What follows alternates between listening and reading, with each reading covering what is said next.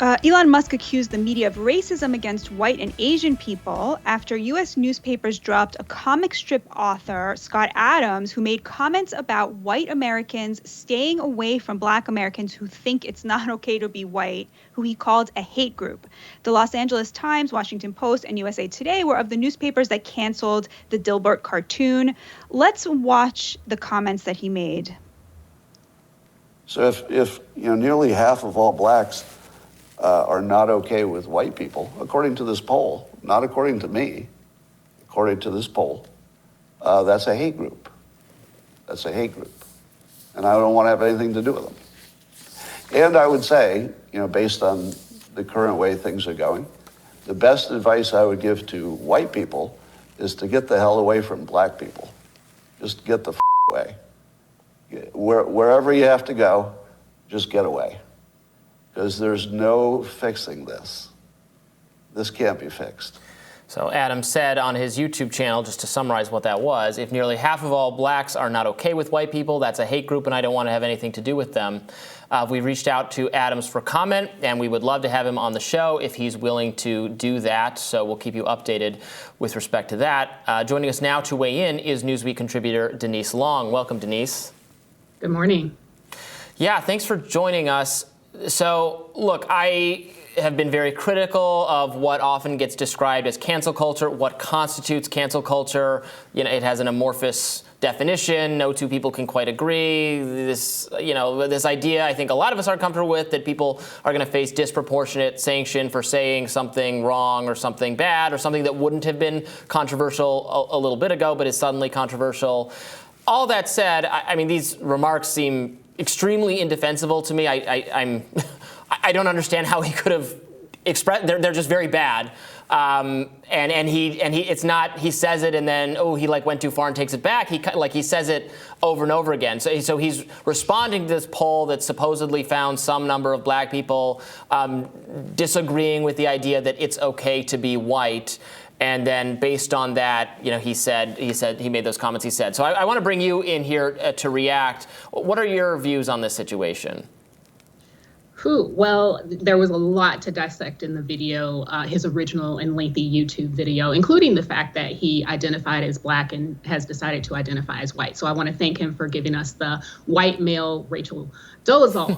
But regarding this issue, I think there are a few things that are lost in translation. This Rasmussen poll was really assessing the extent to which the views of 1,000 Americans reflected what the SPLC had said, that, it's okay to be white as a statement was hate speech. And the reason that SPLC classified it as hate speech is because that phrase, it's okay to be white, was used, it started on 4chan, where they were telling people, all of this stuff is going on with wokeism and all the thing, right? And so what we need to do is let people know it's okay to be white, plaster that across your university campuses and on buildings. And that's what happened over Halloween. That's when they told people to do it. They gave a whole, on 4chan, this user gave a whole directive about how to plaster this. And so that statement, it's okay to be white, was used as a way to counter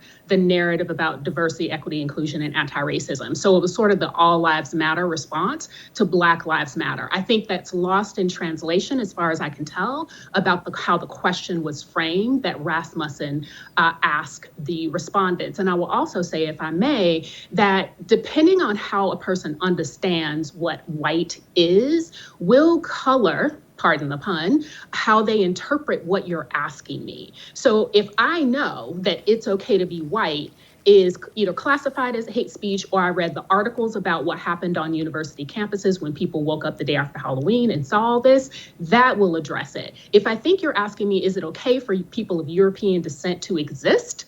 If that's what I think you mean white is, that's a different question. If I see white as an inherently political identity, so here I'm pulling in the typical anti-racism speak, then I respond differently about that. So there's nuance here that I think is lost, both in the poll question and also in people's understanding of the history and context. And he goes beyond just say, he starts by saying, I don't want to associate with people who would have answered that way on that poll. And then I totally hear what you're saying for why that itself deserves greater context. But then he does quickly go beyond that into saying, well, then not just the group of people who responded that way, but all black people are a hate group, and I don't want to have anything to do with any of them, and I think you should separate from them. And that's when it got pretty, maybe the first thing I don't think was necessary is cancelable or deserving of cancellation. But then he does start saying that, like, all white people should avoid all black people. And then now we're just practicing, like, very broad racial collectivization and stereotyping that is totally antithetical to what I believe. I guess not what Scott Adams believes, but. Yeah, so the question is, who hurt Scott?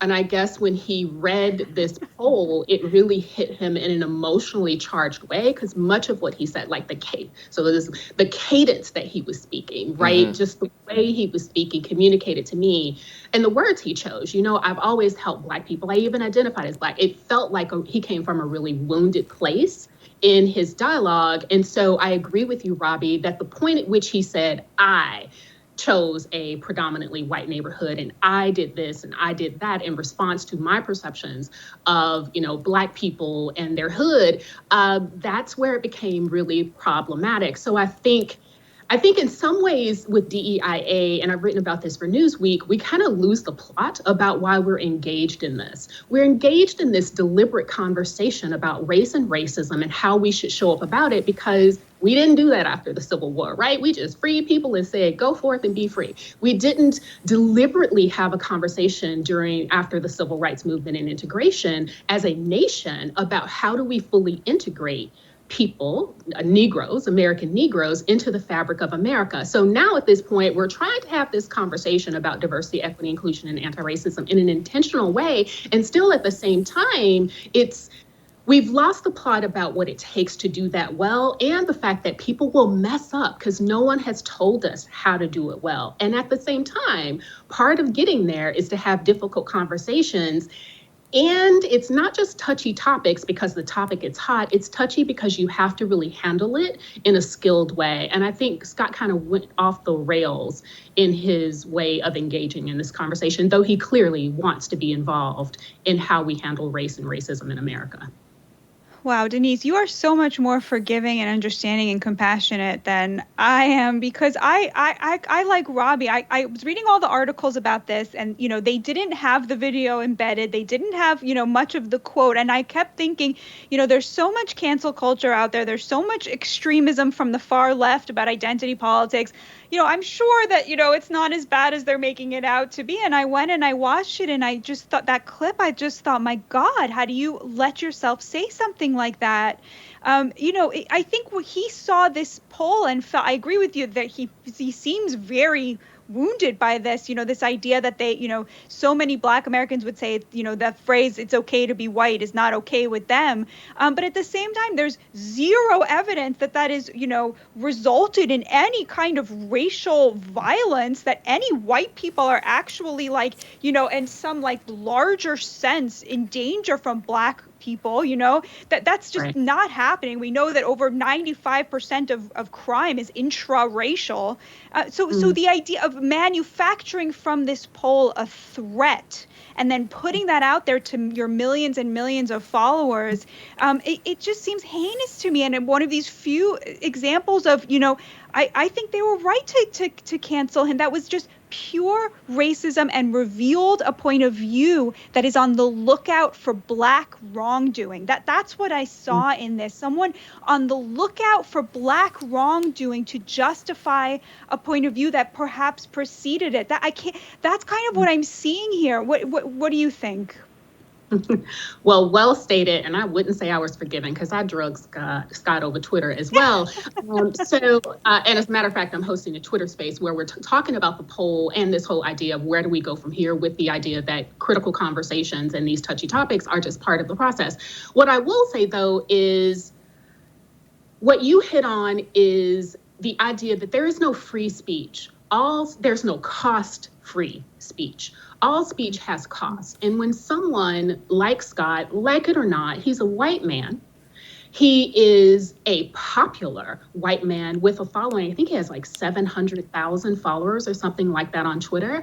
And for him to speak so carelessly and recklessly this idea that Black people are a danger to white folks and y'all just need to leave them alone, given the context of America, and given what I have said is there is an undercurrent of anti-Black sentiment in the United States that is just below the surface. And with the proper dog whistle, as we like to politely call it, but racist sentiment, the idea that Black people are dangerous and these big Black folks are going to be coming after you, you will incite that sort of anti-Black sentiment. And that is dangerous for Black people. I think Scott now, I hope, realizes the weight that his voice carries, both as someone with a platform as well as a white man in America. And there is a double standard. There are things that Black people can say about white people that white people just can't say, because no matter what I say, the likelihood that any Black person or white person in America is going to get harmed by it are slim to none. I cannot say the same depending on the platform, the following, the tone and color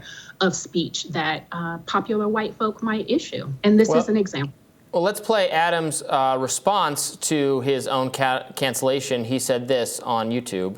Including the cancellations, this was all predictable, and I knew it when I said it, and I was okay with it. I'm okay with it. So, look, this is hard to... I suspect... I listen to Scott Adams every now and then. I see a lot of his tweets. He's very engaged on social media. He talks on YouTube for a long period of time. He does this kind of, he has coffee, takes audience questions. He's very engaged with the people listening to him. He strikes me as somewhat sensitive in terms of his engagement. I've seen him, get kind of light criticism and get very, very uncomfortable with it. I think he's someone who blocks maybe more easily, or even people who seem like they're otherwise sympathetic to him. On a lot of COVID stuff, I think he clashed with some of his viewers who were more anti-vaccine than he was, even though he was a contrarian on many COVID subjects. That's a long way of saying that. I don't think social media isn't good and healthy for everyone. Being too able to kind of have constant feedback and negative engagement with people all over Earth is not always healthy.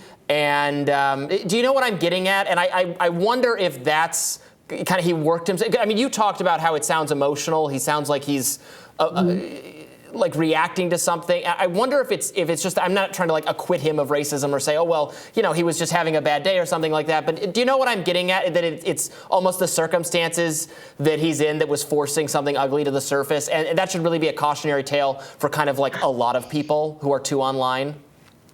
Yeah, it's everywhere, Robbie. So I participate in a lot of different spaces. I get information from the left as much as I can, and from the right as much as I can, and then all of the spans in the middle. But there's a way that the pot has been stirred about anti-white racism that the DEIA conversation, as we tend to have it now, with CRT leading the way, the idea that America still has anti-Black racism and racism broadly baked into it, that tends to, in my observation of implementing this stuff and in watching how this plays out in social media, that tends to activate a certain reaction from folks who,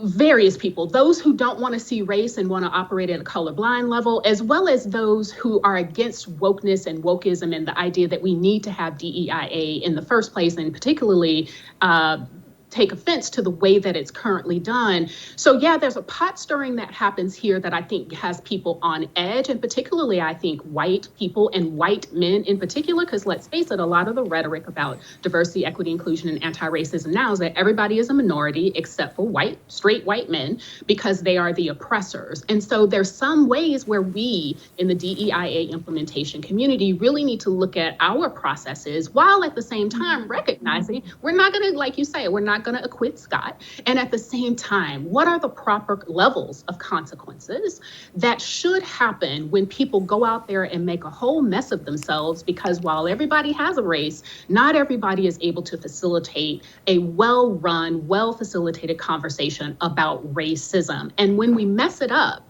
do we stay canceled forever? Like, what are the gradients? And right now I see on the far left, there's grab your stones, let's go get them. And on the far right, there's nothing to see here, just ignore it. So where's the midpoint? And I think heterodox thought leadership has a real role to play in this. Yeah, I think that's a really good point. The point you're making is that, it can both be the case that, that there is obviously no threat from the Black community to the white community, and be the case that there is still racism against Black Americans, and be the case that those who want to address that racism can do so in a way that makes white men feel insecure, forgotten, left behind, disadvantaged, and that is something that must be taken seriously, that deserves our compassion, and that you can't just ignore that. And I think at the end of the day, Scott Adams thinks that he's like other people who were canceled for microaggressions or for jokes, but he wasn't. He was canceled for saying something deeply shameful and deeply racist. And I would be surprised to see if there's like a big conservative movement to like rehabilitate him or defend him. I'm really hoping there isn't going to be one. I mean, if he was like a host on a conservative news channel or for a conservative website, he would have been fired over that. That's that wasn't something.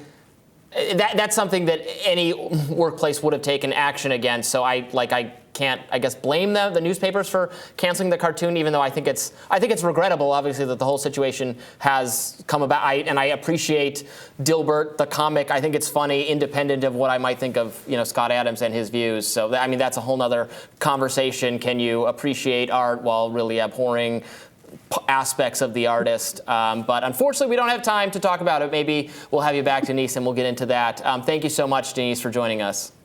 Good to see you. Thank you so much. More Rising right after this.